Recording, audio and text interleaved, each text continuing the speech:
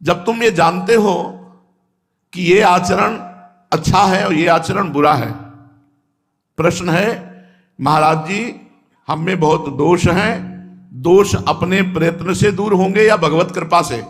तो उत्तर है पूज्य बाबा, जब तुम जानते हो कि ये अच्छा है और ये बुरा है, और ये प्रायः सभी लोग जानते हैं, तो फिर इसका कारण क्या है कि तुम बुराई नहीं छोड़ पा रहे हो?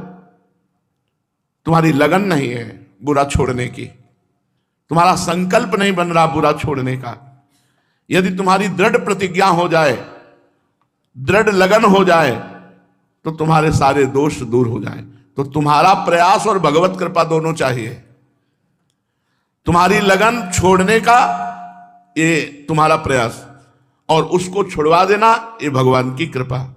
अतः अपने हृदय के दोषों को निर्मूल करने के लिए भगवत कृपा का आश्रय लेकर दृढ़ संकल्प करो, आज से नहीं करेंगे गलत काम, पाप कर्म नहीं करेंगे, मदिरा नहीं पिएंगे, मांस मछली नहीं खाएंगे, या अंडा वंडा जो सब धनी तो बस कैसे लोग खाते और अपने को बड़े धनी समझते हैं, बड़े सौभाग्यशाली, ऐसे चमड़ी जलेगी देख लेना।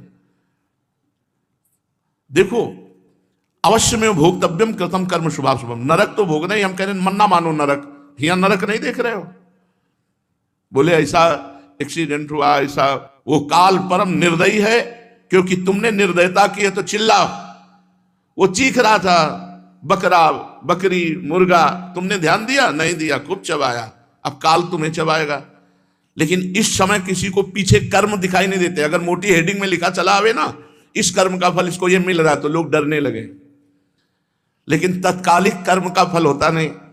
जैसे आपने अभी बीज बोया तो आज थोड़ी गेहूं काट लोगे, 6 महीना रुको, आराम से काटने को मिलेंगे, फसल तैयार हो जाएगी। अभी पाप कर्म किया तो अभी थोड़ी मिल जाएगा दंड, रुको रुको, उसको थोड़ा फली समय आने दो, फलीभूत होने दो, फिर आपको दंड मिलेगा। तो बुरे कर्म से डरो, बुरे कर्म छोड़ने के लिए प्रतिज्ञा करो और भगवान की कृपा का भरोसा रखो, तो तुम्हारे हृदय के समस्त दोष निर्मूल हो जाएंगे। महाराज जी सत्य किसे कहते हैं? भगवान श्री हरि सत्य है, भगवान ही सत्य है। उसे ये तो सब कोई प्राय जानता है, जब मुर्दा ले जाता है तो सब कोई गाता है, राम नाम सत्य है, भगवान सत्य है, ये तो सब कोई। सत्य स्वरूप भगवान की प्राप्ति सच्चे साधना से होती है। निस्वार्थ भाव से सब में भगवत भाव का दर्शन करते हुए जो साधना करता है उसे बहुत जल्दी भगवत प्राप्ति होती है। जो स्वार्थी है, हिंसा करता है, उसको कभी सतमार्ग नहीं मिलता है। ये सब बहुत गंदा जीवन व्यतीत करते हैं। जो लोग भजन नहीं करते, ये सब गंदी पदार्थ खाते पीते हैं, गंदे आचरण करते, सोच रहे बड़े मौज से जीवन। अरे एक एक श्वास तुम्हारी कम हो रही है, और कहाँ कम कर रहे हो? गंदे आचरणों में कर रहे हो। कितना निर्मल मनुष्य शरीर मिला, उसको गंदा करके फिर अन्य योनियों में जाने की तैयारी कर रहे हो। अब तो संभाल लो, जो बचा है समय वो संभाल लो। अब लो नशानी अब ना न सही हो, राम कृपा भव निशा सिरानी, जागे पुण्य न दसई हो, अब लो नशानी अब ना न सही हो। पायो नाम चारु चिंतामणि, उर करते न खसई हो। खूब राधा राधा राधा राधा, इसी से सारी दैवी संपदा आ जाएगी। जो खूब नाम जप करता है तो अभय, निश्चिंतता, निशोकता, दया, ये सब भागवतिक सद्गुण आ जाते हैं। महाराज जी ये निंदा और स्तुति ये सहन करना बड़ा कठिन। जब स्तुति होती तो गुदगुदी होती है, अच्छा लगता है, प्रशंसा होती जब, और जब कोई निंदा करता है तो बुरा लगता है। कहने में तो सरल है, सहन करने में बड़ा कठिन है। पूज्य बाबा उत्तर, ये भगवान में प्रेम ना होने के कारण है। पर्दा लगा करके भगवान सब कुछ दे रहे सबको, किसी को नहीं लग रहा भगवान दे रहे। तुम्हारा शरीर तुमने रचा, तुम्हारी बुद्धि तुमने रची, एक भी रोम तो तुम नहीं बना सकते हो। तुम हो क्या? भगवान के यंत्र हो। पर ये कहां मानते हो? तुम्हारे पास है क्या जो भगवान ने दिया है? पर यह कहां मानते हो? मानते हो नाथ सकल संपदा तुम्हारी, मैं सेवक समेत सुत नारी, त्वदीयम वस्तु गोविंदम, ये मानते हो कि हे गोविंद सब आपकी दी हुई वस्तु। तो जब हम प्रभु में अपना मन बुद्धि लगा दिए तो हमें पता है कि जिस बात की ये प्रशंसा कर रहा है ये तो मेरी कर रहा है, मुझे तो शर्माना चाहिए, ये तो प्रभु की है, क्योंकि प्रभु ने सद्गुण दिए, प्रभु ने भजन कराया, प्रभु अपने मार्ग में चलाए, प्रभु ये सब कर रहे हैं, सब प्रभु कर रहे हैं। अब जब निंदा हो तब क्या हो? तो मेरे प्रभु इसमें बैठ करके मेरे धैर्य की परीक्षा ले रहे हैं। कहो प्रभु कहो, खूब गाली दो, हम सहेंगे क्योंकि आप मेरे प्रीतम हो। निंदा स्तुति की वृत्ति तभी जागृत होती है जब हमारा भगवान से अपनापन नहीं होता। नहीं नहीं, बिल्कुल प्रभाव नहीं पड़ेगा। निष्काम और सकाम दोनों प्रकार के कर्म कामना पूर्वक किए जाते, फिर इनमें भेद क्या है? तो जो ईश्वर प्राप्ति की कामना के लिए किया जाता है उसे सकाम नहीं कहते, उसे निष्काम कहते हैं। जैसे कहा जाता है इच्छा मत करो, इच्छा ही बंधन का कारण है। तो जो इच्छा शरीर भोग के लिए की जाती है वो बंधन का कारण है, जो भगवान की प्राप्ति के लिए किया जाता है वो बंधन का कारण नहीं है।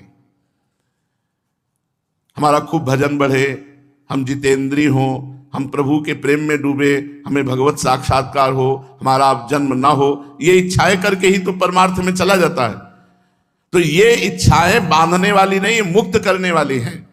और हमें इंद्रियों के भोग मिले, हमें मनमानी धन मिले, हमें मनमानी यश मिले, ये बांधने वाली है। तो दोनों में इच्छाएं होती हैं, निष्काम में भी सकाम में भी। जो इच्छाएं भगवान को लेकर के होती है वो मंगलमयी बांधने वाली नहीं होती, और जो इच्छाएं शरीर को लेकर होती है वो सब बांधने वाली होती है। उन्हीं को सकाम कहा जाता है। एक इच्छा वायु की तरह है, जैसे पूर्व की वायु चले तो बादल आ जाते हैं, और पछयाव चलने लगे, पश्चिम की तरफ से वायु चलने तो बादल उड़ जाते हैं। तो शरीर की इच्छा ये अंधकार अज्ञान पैदा कर देगी, भगवान की इच्छा अज्ञान अंधकार को उड़ा देगी। दोनों इच्छाएं ही हैं, दोनों इच्छा करके ही चलते हैं, सुख की, सकामी भी और निष्कामी भी। पर सकामी भोग सुख की इच्छा और निष्कामी भगवत सुख की इच्छा। चलते हैं श्रीमद् भागवत महापुराण। करुणा में भगवान श्री कृष्णचंद्र जो अक्रूर जी के यहां विराजमान है। अक्रूर जी ने भगवान की स्तुति की। श्री सुखदेव जी महाराज कहते हैं अक्रूर भगवान जी से इस प्रकार स्तुति करके हाथ जोड़कर खड़े हो गए। तब भगवान श्री कृष्ण ने मुस्कुराकर मधुर वाणी से मानो मोहित करते हुए कहा, हे तात, आप हमारे गुरुजन हैं, हितोपदेशक हैं और चाचा भी हैं। हमारे वंश में अत्यंत प्रशंसनीय तथा हमारे सदा के हितैषी हैं। हम तो आपके बालक हैं, सदा ही आपकी रक्षा पालन और कृपा के पात्र हैं। अपना परम कल्याण चाहने वाले मनुष्यों को चाहिए कि आप जैसे परम पूजनीय महाभाग्यवान संतों की सर्वदा सेवा करनी, उनकी आज्ञा में रहना, उनके अनुकूल चलना। आप जैसे संत देवताओं से भी बढ़कर हैं, क्योंकि देवताओं में तो स्वार्थ रहता है, संतों में स्वार्थ नहीं रहता। वही संत है जिसमें स्वार्थ नहीं है। चाचा जी, नाहम्यानि तीर्थानि न देवा मृच्छिलामया ते पुनन्त्युरुकालेन दर्शनादेव साधवः। केवल जल के तीर्थ ही तीर्थ नहीं है, केवल मृत्तिका या शिला की बनी हुई मूर्ति ही भगवान नहीं है। चाचा जी, इनकी तो बहुत दिनों तक श्रद्धापूर्वक सेवा करे तब कहीं पवित्रता आती है, परंतु यदि संत पुरुष का दर्शन मात्र हो जाए तो जीव परम पवित्र हो जाता है, सारे पाप नष्ट हो जाते। संत दरस जिम पातक टरई। अक्रूर जी से भगवान ने कहा, आप हमारे परम हितैषी सुहृदों में सर्वश्रेष्ठ हैं, इसलिए आप पांडवों का हित करने के लिए, उनका कुशल मंगल जानने के लिए आप हमारे से प्रेरित होकर हस्तिनापुर जाइए। हमने ऐसा सुना है कि राजा पांडु के मर जाने पर अपनी माता कुंती के साथ युधिष्ठिर आदि पांडव बड़े दुख में पड़ गए हैं। राजा धृतराष्ट्र उन्हें अपनी राजधानी हस्तिनापुर में ले आए हैं, पांडव वहीं रह रहे हैं। आप जानते हैं कि राजा धृतराष्ट्र तो एक तो अंधे हैं और दूसरे उनमें मनोबल की कमी है, और उनका पुत्र दुर्योधन बहुत दुष्ट है, और धृतराष्ट्र जी दुर्योधन के अधीन है। वो पांडवों के साथ अपने पुत्र जैसा व्यवहार नहीं कर पाते हैं। इसलिए आप जाइए और वहां सब मालूम कीजिए कि पांडवों की क्या स्थिति है, और जो समाचार हो वो मुझे दीजिए। और उचित धृतराष्ट्र जी को समझाइए कि वो पांडु पुत्रों में अपने पुत्रों में भेद न करें। सर्वशक्तिमान भगवान श्री कृष्ण जी अक्रूर जी को इस प्रकार आदेश देकर बलराम जी के साथ और उद्धव जी के साथ वहां से अपने निवास स्थान को लौट आए। भगवान ने जब आज्ञा करी तो अक्रूर जी तत्काल भगवत आज्ञा से हस्तिनापुर गए। वहां एक एक वस्तु पर पूर्ववंशी नरपतियों की अमर कीर्ति की छाप लग रही है। अक्रूर जी पहले धृतराष्ट्र जी से मिले, फिर भीष्म जी, विदुर जी, कुंती, वाल्मीकि और सोमदत्त, द्रोणाचार्य, कृपाचार्य, कर्ण, दुर्योधन, द्रोणपुत्र, अश्वत्थामा, युधिष्ठिर आदि पांचों पांडव तथा अन्य सब पारिवारिक जनों से मिले हस्तिनापुर में। जब गांधीनी नंदन अक्रूर जी सब इष्ट मित्रों और संबंधियों से भली भांति मिल चुके, तब उनसे उन लोगों ने अपने मथुरावासी स्वजन संबंधियों की कुशल क्षेम पूछी। उनका उत्तर देकर अक्रूर जी ने भी हस्तिनापुर वासियों का कुशल मंगल पूछा।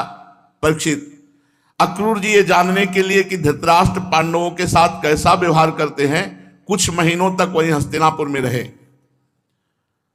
धृतराष्ट्र में अपने दुष्ट पुत्रों की इच्छा के विपरीत कुछ भी करने की हिम्मत नहीं थी, और वही सम्राट थे धृतराष्ट्र जी। दुर्योधन, दुशासन, शकुनी आदि दुष्टों की सलाह के अनुसार काम करते थे। अक्रूर जी को कुंती और विदुर जी ने ये सब बातें बतलाई। धृतराष्ट्र के लड़के दुर्योधन आदि पांडवों के प्रभाव, शस्त्र कौशल, बल, वीरता और विनय आदि सद्गुण देखकर उनसे जलते रहते हैं, ईर्ष्या करते हैं। जब वे ये देखते हैं कि प्रजा पांडवों से विशेष प्रेम रखती है तो दुर्योधन बहुत चिढ़ जाता है और पांडवों का अनिष्ट करने पर उतारू हो जाता है। अब तक दुर्योधन आदि धृतराष्ट्र के पुत्रों ने पांडवों पर कई बार विषदान आदि बहुत से अत्याचार और आगे भी इनके विनाश के लिए वो सोचेंगे, ऐसा विदुर जी और कुंती जी ने अक्रूर जी को बताया। अक्रूर जी समय निकालकर एकांत में कुंती जी के पास गए। कुंती जी ने देखा कि मेरे भाई हैं, उनके पास बैठ गई। अक्रूर जी को देखकर कुंती के मन में अपने मातृ पक्ष की स्मृति जग गई और नेत्रों में आंसू भर आए। उन्होंने कहा, प्यारे भैया अक्रूर जी, क्या कभी मेरा भी स्मरण किया जाता है? मैंने सुना है हमारे भतीजे भगवान श्री कृष्ण और कमल नयन बलराम बड़े ही भक्त वत्सल और शरणागत रक्षक हैं। क्या वे कभी इन फुफेरे भाइयों की याद करते हैं, पांडवों की? मैं तो शत्रुओं के बीच में घिरकर शोकाकुल हो रही हूं। मेरी वही दशा है जैसे आसपास भेड़िए हों और बीच में एक हिरनी फंस गई हो अपने बच्चों सहित। मेरे बच्चे बिना बाप के हैं, क्योंकि पांडु जी महाराज पधार गए तो पांडव अनाथ हो गए। क्या श्री कृष्ण कभी मुझ इन अनाथ बालकों को सांत्वदान देने के लिए यहां आएंगे? इतने में भावावेश बढ़ा और कुंती जी ने देखा कि सामने श्री कृष्ण विराजमान है। भाव में उन्होंने कहा, हे सच्चिदानंद श्री कृष्ण, कृष्ण कृष्ण महायोगिन विश्वात्मन विश्वभावन प्रपन्नाम पाहि गोविंद शिशुभिश्चावसीदति। हे कृष्ण, तुम तो महायोगी हो, विश्वात्मा हो, तुम सारे विश्व के जीवन दाता हो। हे गोविंद, मैं अपने बच्चों के साथ दुख पर दुख भोग रही हूं, तुम्हारी शरण में आई हूं, मेरी रक्षा करो, मेरी रक्षा करो, मेरे बच्चों को बचाओ। हे श्री कृष्ण, ये संसार मृत्युमय है, नान्यत् तव पदाम्भोजात् पश्यामि शरणं नृणाम् बिभ्यतां मृत्यु संसाराधीश्वरस्यापवर्गीकात्। नमः कृष्णाय शुद्धाय ब्रह्मणे परमात्मने योगेश्वराय योगाय त्वामहं शरणं गता, त्वामहं शरणं गता। हे मेरे श्री कृष्ण, तुम्हारे चरण मोक्ष देने वाले हैं। मैं देखती हूं कि जो लोग इस संसार से डरे हुए हैं और डरकर तुम्हारे चरण कमलों का आश्रय ले लिया तो उनकी आप रक्षा करते हैं। आपके चरण शरण के सिवा कोई सहारा नहीं इस संसार में। हे श्री कृष्ण, तुम माया के लेस से रहित परम शुद्ध हो, तुम स्वयं परमात्मा हो, परब्रह्म हो, समस्त साधनों, योगों और उपायों के स्वामी हो तथा स्वयं योग भी हो। हे श्री कृष्ण, मैं तुम्हारी शरण में आई हूं, तुम मेरी रक्षा करो, त्वामहं शरणं गता। परीक्षित, तुम्हारी परदादी कुंती इस प्रकार अपने सगे संबंधियों और अंत में जगदीश्वर भगवान श्री कृष्ण को स्मरण करके अत्यंत दुखित हो गई और जोर जोर से रोने लगी। अक्रूर जी और विदुर जी दोनों ने ही सुख दुख को समान दृष्टि रख के समदर्शन की स्थिति प्राप्त की थी।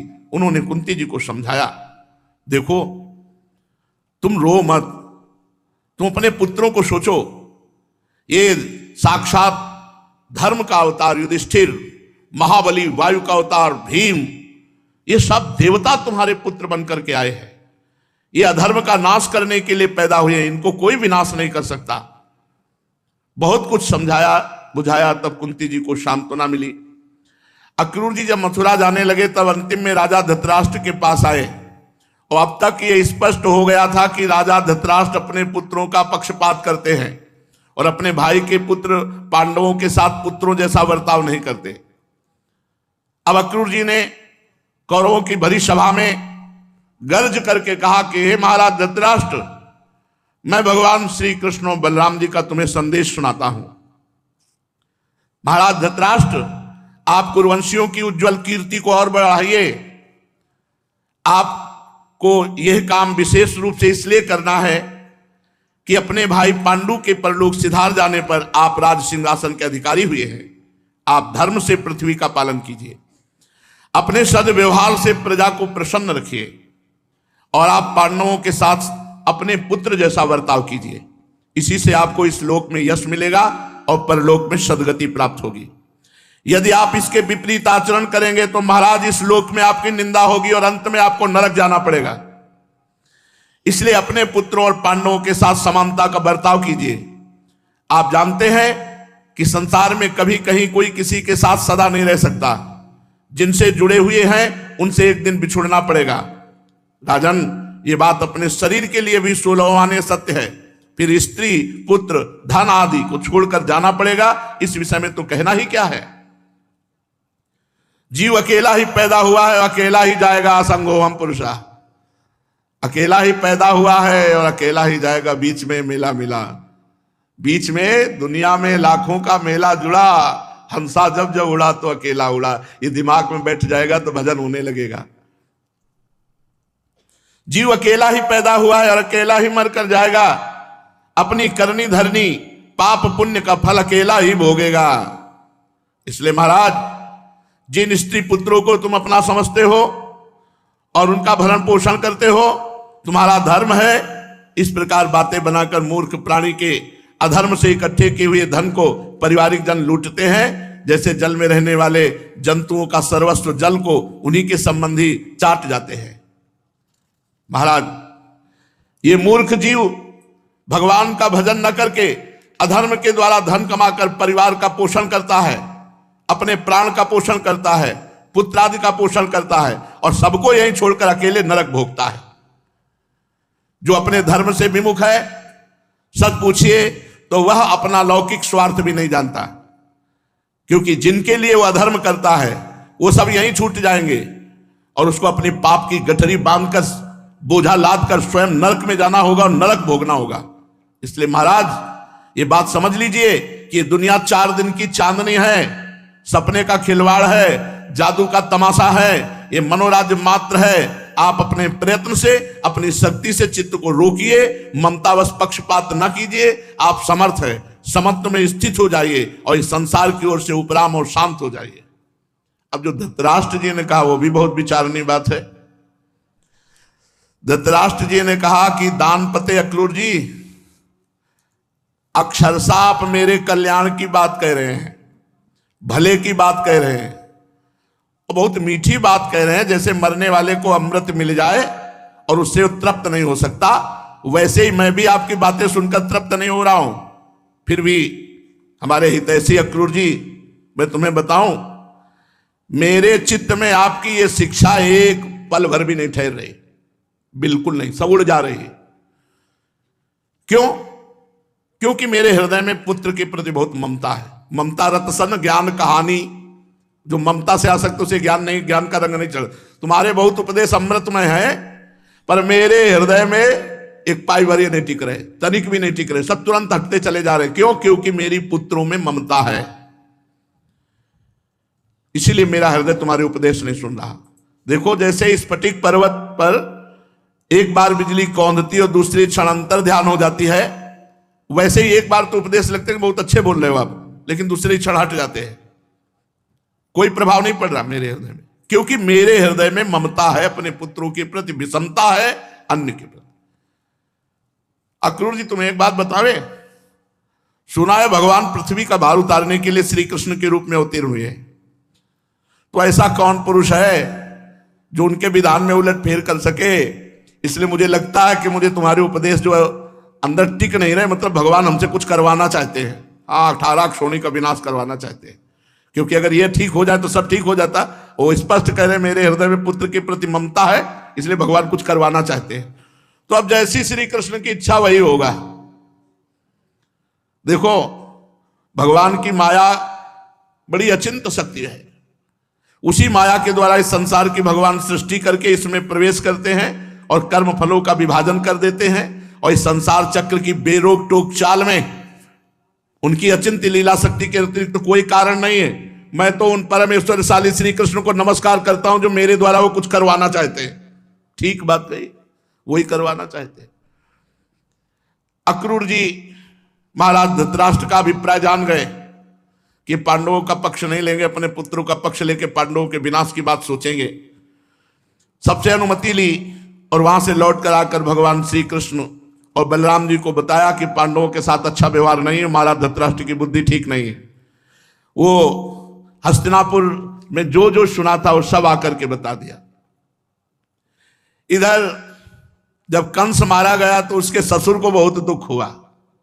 कंस का ससुर जरासंध, अस्थि और प्राप्ति, ये दो बहुत उसकी दुलारी पुत्रियां थी। कंस महाबली था, इसलिए इस महाबली कंस को ब्याह दी थी। जब सुना हमारी बेटियां विधवा हो गई, कंस ने ऐसा पराक्रम प्रकट किया था कि प्रसन्न होकर के जरासंध ने ब्याह किया था। जब महापराक्रमी कंस मारा गया, अब वो बिटिया पहुंच गई पिता के पास। रोज जरासंध महाबली, मगधराज जरासंध अपनी विधवा पुत्रियों को देख करके बड़ा पश्चाताप हुआ, बड़ा शोक हुआ, तिलमिला उठा। उसने कहा, मैं प्रण करता हूं एक भी यदुवंशी इस पृथ्वी में नहीं रहने दूंगा। और था ऐसा महाबली। महाभारत 18 क्षोणी सेना थी, 11 क्षोणी कौरवों की और 7 अक्षोणी पांडवों की, मिलाकर के 18। इसने 23 अक्षोणी सेना तैयार की। जरासंध ने 23 अक्षोणी सेना तैयार की और यदुवंशियों की राजधानी मथुरा को चारों ओर से घेर लिया। हड़कंप मच गया, पूरी मथुरा पूरी घिर गई। 23 अक्षोणी सेना, चारों तरफ से सूचना मिली। भगवान श्री कृष्ण ने देखा जरासंध की सेना क्या है, उमड़ता हुआ समुद्र है और चारों तरफ से मथुरा घेर चुकी है और पूरे मथुरावासी भयभीत, प्राण व्याकुल। भगवान श्री कृष्ण ने कहा कि कोई भी विचलित मत हो, कुछ नहीं बिगाड़ पाएगा ये जरासंध। भगवान ने मगधराज जरासंध को नरपतियों की पैदल, घुड़सवार, रथी, हाथियों की 23 अक्षोणी सेना देखी। भगवान ने संकल्प किया, अब मैं इनका विनाश करूंगा। 23 अक्षोणी सेना, और इसको मारूंगा नहीं, इसको ऐसे जिंदा वापस भेजूंगा जिससे बार बार इतनी सेनाएं लाएगा, पृथ्वी का भार हल्का करूंगा। सुनो भाई, मुर्गा बकरा खाने वाले वो कहते हैं हम पृथ्वी का भार हल्का कर रहे हैं। हाँ, इनका अवतार हुआ पृथ्वी का भार हल्का करने के लिए। कहते अगर हम खाएंगे नहीं तो जीव बहुत बढ़ जाएंगे। अरे पृथ्वी का हल्का करने के लिए भगवान है यार, तुम काहे को पाप करते हो। अब मेरे अवतार का प्रयोजन यही है, समय समय पर धर्म रक्षा के लिए बढ़ते हुए अधर्म को रोकने के लिए मैं अनेकों शरीर ग्रहण करता हूं। भगवान ने तुरंत संकल्प किया। आकाश में शास्त्रों सूर्य जैसे चमकते हुए 2 रथ आ गए, युद्ध की सारी सामग्रियों से सुसज्जित। भगवान का दिव्य सारथी दारुक एक रथ को हाँक रहे थे, दूसरे में भगवान बलराम जी के आयुध, दिव्य सनातन भगवान के आयुध, सुदर्शन चक्र, कौमोद की गदा, ये सब उपस्थित हो गए। बलराम जी से कहा, भैया समेटा जाए इनको, 23 अक्षोणी सेना है, 23 अक्षोणी सेना। आज हमें अपना मानने वाले यदुवंशियों पर भारी विपत्ति आ गई है। देखो ये आपके दिव्य आयुध आपकी शोभा बढ़ाने के लिए आ गए। तो भगवान बलराम जी का हल और मूसल, हल से फंसाकर मूसल से, और भगवान के तो दिव्य अस्त्र ही हैं। अब आप इस रथ पर सवार होइए और शत्रु सेना का संहार कीजिए और अपने स्वजनों को विपत्ति से बचाइए। साधुओं की रक्षा करना हम दोनों का अवतार ग्रहण करने का उद्देश्य है। 23 अक्षौणी सेनाएं पृथ्वी का विपुल भार है, हे भ्राताश्री से नष्ट कीजिए, भगवान श्री कृष्ण ने बलराम जी से कहा। अब भगवान श्री कृष्ण और बलराम जी ने सलाह करके कवच धारण किया, रथ पर सवार हुए मथुरा से निकले। छोटे से सेना जो अंग रक्षा कर रही थी, आगे आगे श्री कृष्ण और बलराम जी। श्री कृष्ण रथ हाँक रहा था दारुक। भगवान पुरी से बाहर निकलकर 5 जन शंख का नाद किया। शंख की भयंकर ध्वनि सुनकर के 23 अक्षौणी सेना थर थर कांपने लगी। शंख ध्वनि सुनकर के मगधराज जरासंध ने देखा कि इतनी जोर की शंख ध्वनि, अपना रथ बढ़ाकर सामने लाया और कहा, बच्चा तू ही कृष्ण है? क्यों? जरासंध कंस का ससुर, तो भगवान तो बच्चा लग ही रहे। 11 वर्ष में यहां से पधारे तो कुछ वर्ष गुरुकुल सेवन किए होंगे। वो कह रहते तो 9 किशोर, ये कोई दाढ़ी मुझे थोड़ी आ जाती है। भगवान सदैव 9 किशोर रहते। तो कह रहा है, बच्चा तू ही कृष्ण है? अरे पुरुषाधम, तूने हमारे दामाद कंस को मारा। भगवान तो कोमल भुजा ऐसे दिखाई दे रहे। अरे तू तो निरा बच्चा है और कंस को मार डाला। बड़ा उसको आश्चर्य हो रहा है कि ये बच्चा कैसे कंस को मार डाला। और ये नहीं सोच रहे कि जब निरा बच्चा थे 6 दिन के, तब पूतना को मार दिया था। तेरे साथ तो नहीं लड़ूंगा, क्योंकि मुझ जैसे वीर को तेरे जैसे बच्चे से लड़ने में कोई लाभ नहीं। हार जाए जीत जाए कोई लाभ नहीं, तेरे से तो नहीं लड़ूंगा। या तू इतने दिनों तक छिपता फिरता रहा, तूने कैसे कंस को मार डाला? उसको बड़ा आश्चर्य हो रहा है कि ये बच्चा कंस को कैसे मार सकता है। लेकिन तू अपने मामा का हत्यारा है, फिर भी मैं तेरे साथ नहीं लड़ूंगा। तू बच्चा है, जा भाग जा मेरे सामने से। ऐसे जरासंध बोल रहा है, बड़ा बीमारी है। हाँ, थोड़ा यदि बलराम चाहे तो लड़ सकते हैं। बलराम तुम्हारी श्रद्धा है मर करके स्वर्ग जाने की। अगर थोड़ी भी हिम्मत हो तो हिम्मत बांध करके मुझसे जैसे चाहे तैसे लड़ ले। और ये नहीं समझ रहे कि पूरा अनंत ब्रह्मांड इन्हीं के फड़ पे है। शेषावतार भगवान बलराम जी, मैं अभी अपने बाणों से छिन्न भिन्न करके तुझे स्वर्ग पहुंचा देता हूं। भगवान श्री कृष्ण ने कहा, मगधराज तुम सूरवीर हो। सूरवीर तो ऐसे नहीं होते। सूरवीर तो युद्ध करते हैं, डींग नहीं हाँकते। तुम अपने बल और परुष का तो बहुत बड़ा घमंड रखते हो। चाहूं तो तेरी अभी मृत्यु कर सकता हूं, लेकिन मारूंगा नहीं तुझे। भगवान श्री कृष्ण ने कहा, तू ऐसे बक रहा है जैसे मरने वाला सन्निपात में बकता है। बकले, हमारे जैसे वीर तेरे जैसे डींग हाँकने वालों की बात नहीं सुनते। परीक्षित, जैसे वायु बादलों से सूर्य को और धुएं आग को ढक लेती है, ऐसे ही भगवान श्री कृष्ण को चारों तरफ से मगधराज की सेना ने घेर लिया और बाणों की वर्षा कर दी चारों तरफ से। यहां तक कि भगवान का रथ सारथी कुछ नहीं दिखाई दे रहा, आधाधुंध चारों तरफ से बाण चल रहे। अब जो अटारियों पर चढ़े हुए मथुरावासी देख रहे, सब हाहाकार मच गया कि अभी तो प्रारंभ ही हुआ युद्ध। भगवान का, बलराम जी का और श्री कृष्ण का सब रथ और सब ढक गया बाणों से। भगवान श्री कृष्णचंद्र जी की गरुण चिन्हित ध्वजा और बलराम जी की ताल चिन्हित ध्वजा, ये सब ढक गई। तो मथुरावासी तो सोचे अब तो मार ही डालेंगे हम सबको, क्योंकि जब वहां ये हालत है तो यहां तो। लेकिन ये एक क्षण के लिए ऐसा हुआ। भगवान श्री कृष्णचंद्र ने देखा कि सूरवीर हैं भाई, बड़े बड़े लड़ाकू हैं। जैसी पानी की बूंदें बरसती हैं, ऐसे बाण वर्षा भगवान के ऊपर हो रही थी। भगवान ने अपने सारंग धनुष का प्रत्यंचा चढ़ाया, अद्वितीय अजेय। ये सारंग धनुष ऐसा है, अद्वितीय अजेय। सारंग धनुष की टंकार करके जे ही एक बाण चढ़ाया, बस जे ही एक बाण चढ़ा के छोड़ा तो अनंत बाण रूप धारण करके सब बाणों को काट करके सैनिकों का संहार करने लगे। ये भगवान के धनुष और बाण का चमत्कार। झुंड के झुंड उसी से बाण निकलने लगे और सब जितने बाण थे सब बाणों को काट करके और जितने सैनिक थे सबको काटने लगे। भगवान बड़ी फुर्ती से अलाप चक्र की तरह घूमकर चारों तरफ बाण संधान, हाथी घोड़े रथ पैदल चतुरंगनी सेना का संहार होने लगा। भगवान के बाणों से हाथियों के सर कट गए और मरकर गिरने लगे। बाणों की बौछार से घोड़े मनुष्य जो सबको, पैदल सेना की बाहें जांग शीर अलग अलग कटकर गिरने लगे। अमित तेजस्वी भगवान बलराम जी ने हल और मूसल संभाला। हजार हजार 10-10 हजार ऐसे हल में फंसा कर एक ही मूसल में राधे श्याम कर देते। अब भगवान बलराम जी का बल, अरे पूरी पृथ्वी ब्रह्मांडों को सरसों की दाने की तरह अपने फण में धारण किए हुए हैं। बड़े बड़े दिग्गज बलशाली हाथियों को मूसलों की मार से सब नष्ट कर दिया। अब वहां भयानक पहाड़ लग गए। 23 अक्षोणी सेना, जरासंध की वो सेना समुद्र के समान दुर्गम भयावह बड़ी कठिनाई से जीतने योग्य थी। थोड़े ही समय में भगवान श्री कृष्ण उधर छोड़ दिया सुदर्शन चक्र, साफ करता चला जा रहा है गर्दने, चाहे हाथी हो चाहे घोड़ा हो चाहे मनुष्य हो।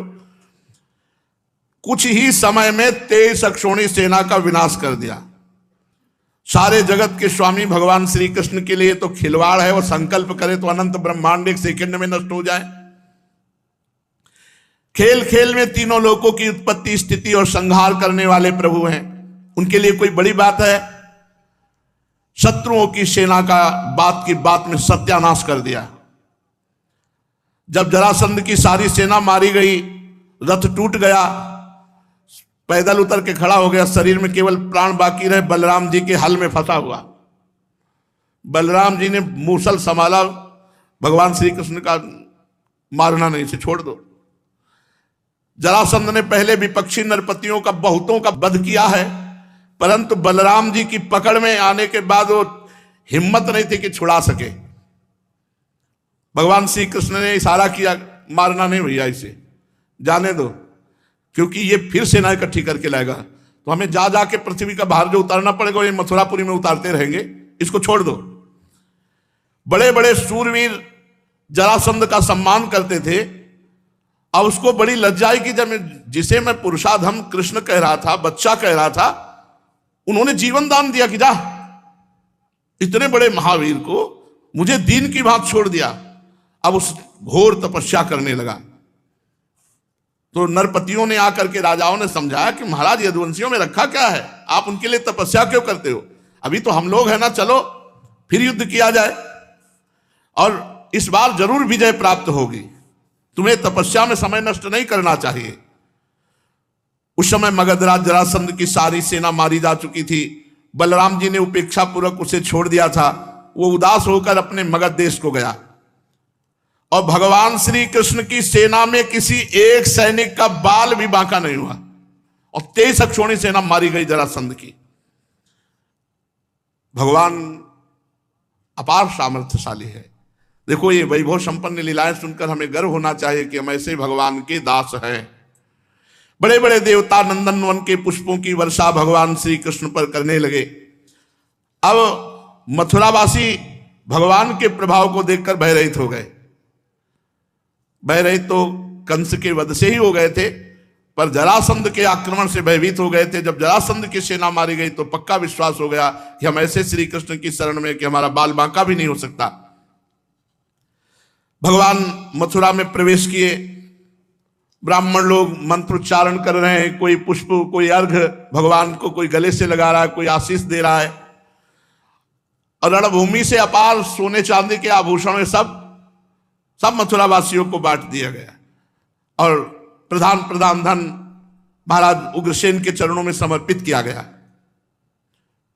अब दूसरी बार फिर 23 अक्षोणी सेना, 23 अक्षोणी सेना, फिर भगवान ने 23 अक्षोणी सेना का विनाश किया, उसे खाली फिर वापस 17 बार 23 अक्षोणी सेना लाया। 17 बार, बड़ा महारथी था। 17 बार 23 अक्षोणी सेना इकट्ठी करके मगधराज जरासंध ने भगवान श्री कृष्ण के द्वारा सुरक्षित यदुवंशियों से युद्ध किया, किंतु हर बार भगवान की शक्ति के सामने सब नष्ट हो जाता, सारी सेना नष्ट हो जाती और भगवान बलराम जी फिर उसे उपेक्षा पूर्वक छोड़ देते, जरासंध अपनी राजधानी लौट जाता। अब 18वीं बार तैयारी की और हजारों ब्राह्मणों से अनुष्ठान कराता था जरासंध, बहुत ब्राह्मण भक्त था। उसने ब्राह्मणों से कहा यदि इस बार श्री कृष्ण पर विजय प्राप्त नहीं तो अभी तक पैर पूजते रहे, आगे का परिणाम समझ लो। इस बार अगर फल नहीं दिखाई दिया तो ब्राह्मणों ने भगवान से प्रार्थना की, नमो ब्रह्मणे देवाय गो ब्राह्मण हिताय च, हे कृष्ण हे जगत गुरु महाराज अब आपको हारना होगा, अगर इस बार ये नहीं जीता तो महाराज हम सब ब्राह्मणों का पता नहीं क्या करेगा। ब्राह्मणों ने अनुष्ठान वाला तो छोड़ दिया, श्री कृष्ण से प्रार्थना का अनुष्ठान किया। और भगवान ब्राह्मणों पर विशेष कृपा करते हैं, जो ब्रह्म ऋषि जन है। तो विधान बनाया भगवान ने, जिस समय आक्रमण करने के लिए चला 18वां युद्ध 23 अक्षौणी सेना लेकर, उसी समय भगवान के मन स्वरूप श्री देवर्षि नारद जी ने, एक काल यवन नाम का बड़ा वीर म्लेच्छ योद्धा था, उसने देवर्षि नारद जी से कहा कोई त्रिभुवन में है हमारे जोड़ का? बोले तू क्या है उनके सामने, चला जा, मथुरा में है इस समय, श्री कृष्ण नाम है, तेरी भुजाओं की सब खुजली मिटा देंगे। काल यवन भागता हुआ आया, 3 करोड़ म्लेच्छ सेना उसके साथ थी। 23 अक्षौणी सेना लेकर जरासंध आक्रमण करने आ रहा है, पूरी मथुरा को घेर लिया 3 करोड़ म्लेच्छ सेना, और ललकारा कौन है? श्री कृष्ण, आओ। भगवान श्री कृष्ण ने बलराम जी से विचार किया कि ये तो बड़ी समस्या आ गई, 23 अक्षौणी सेना लेकर के जरासंध आ रहा है और इधर कालेवन 3 करोड़ म्लेच्छ सेना लेकर घेर लिया मथुरापुरी को। अब ये तो दो विपत्तियां हो गई। इस बलशाली यवन ने बड़ी समस्या पैदा कर दी। भला इनके लिए कोई समस्या है? देखो अगर हम इससे लड़ने लगे तो जरासंध बस पहुंचने ही वाला है, वो हमारी पूरी मथुरापुरी को नष्ट कर देगा, क्योंकि चिढ़ा हुआ है। 17 बार 23 अक्षौणी सेना मारी गई। अब ऐसा करते हैं, पहले एक दुर्ग का निर्माण करते हैं और पूरे अपने निज जनों को वहां भेज देते हैं। तो भगवान ने जिस दुर्ग का निर्माण किया समुद्र के जल में, वो द्वारिकापुरी, और द्वारिकापुरी में अपनी योग माया के द्वारा समस्त प्रियजनों मथुरा वासियों को द्वारिकापुरी पहुंचा दिया। और स्वजन संबंधियों को किले में पहुंचाकर भगवान बलराम जी से सलाह करके और बढ़िया माला डाल करके पान पाके मुस्कुराते हुए निकले। नारद जी ने बताया था 4 भुजा, श्याम रंग, पीतांबर धारण किए हुए, मोर पंख का मुकुट धारण किए हुए। उसने देखा काल यवन ने, यही श्री कृष्ण, ये श्री कृष्ण। भगवान भागे, अरे बोले 2-2 हाथ करो, नारद जी ने बताया कि तुम बहुत बड़े वीर हो। भगवान भाग पड़े ब्रह्म ऋषियों को बचाने के लिए। जरासंध ने ब्रह्म ऋषियों से कहा था रोज अनुष्ठान करते हो, खीर पुआ पाते हो, 17 बार हारा हो, अगर इस बार हारा तो समझ लेना। तो ये अनुष्ठान देखो, भगवान अपने भक्त के लिए, इनके लिए यवन को और जरासंध को मारना कोई खिलवाड़ इनके लिए क्या है? केवल सोच भ्रकुटी विलास सृष्टि लय हुई, भगवान भाग चले। तो एक भगवान का नाम हुआ रणछोड़। रणछोड़ भगवान की शेष चर्चा आगे भैया।